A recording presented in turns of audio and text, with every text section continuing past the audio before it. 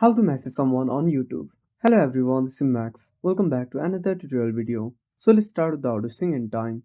Also make sure to watch this video till the end. First of all, open up any web browser on your device. Now simply tap on the search bar. Now type YouTube. Now click on search. Now open up the first website.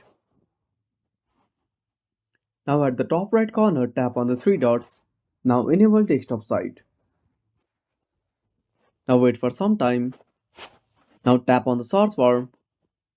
Now type for the channel name. Now once you're done, simply tap on search icon.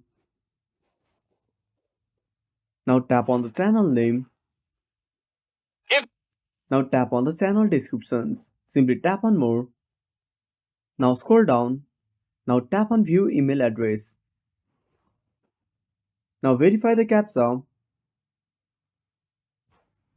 Now click the traffic lights. Now tap on verify. Now click on submit. Now copy the email address. Now tap on send message. Now type your message and tap on send.